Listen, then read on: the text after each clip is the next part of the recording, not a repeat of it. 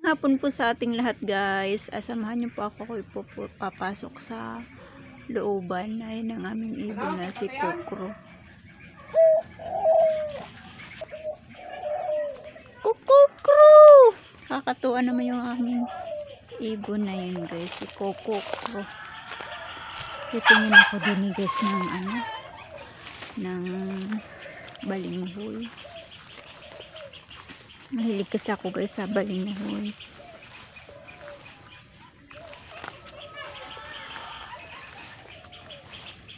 Hapon na. Uuwi naman si Batanginya sa looban. Kailan kita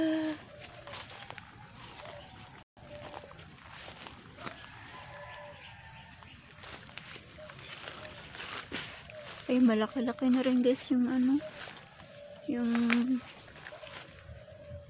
yung pinya, nasukalan na yung aking mga tanim na pinya dito guys. Dito ako sa kabila, titingin ako ng aking gulok, iikot ako din dito ako titingin ng balinghoy.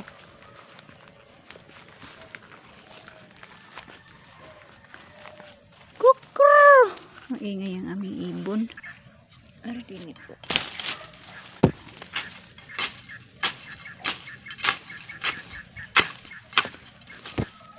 Ay naku.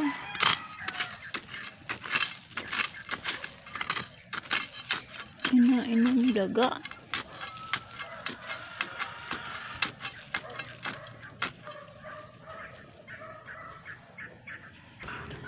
Ayan po guys, isang piraso lang ang aking kukuhain. Hindi ko kukuhain lahat.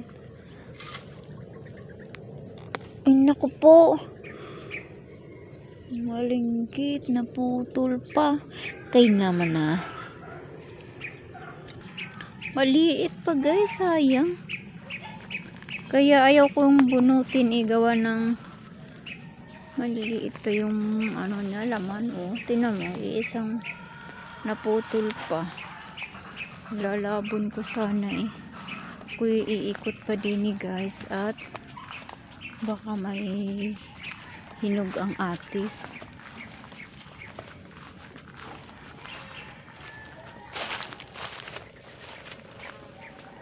Lala, lala,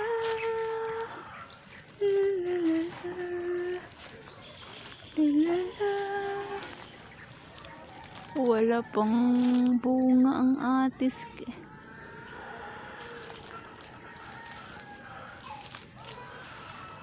Mga bagong nabulaklak.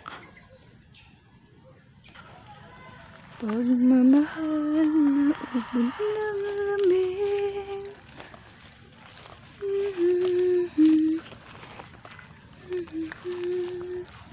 Ayun, hapon na guys. Ay hindi pala hapon, gabi na, gawa ng alas 6 na maliwanag na laang ang alas 6 ngayon.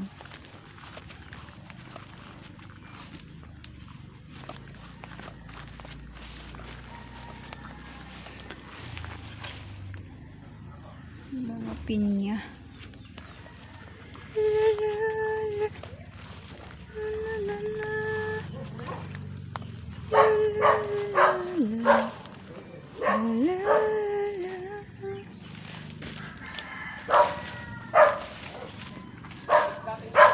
Ha? Ayun na guys, gabi na. Ano ko po, ay nangalat pala yung aking paminta ng dinis sa may takong ang tawagan niya guys. Ayun, nakalimutan ko. Ito pala yung pinulot kong paminta. Nakalimutan ko. Magaling nakita ko ngayon. Sisilip din kung mayroong hinog na papaya. Aray ko. Ha? Ay, kahoy pa din eh, guys. Ay, tatalsi ko doon sa unahan.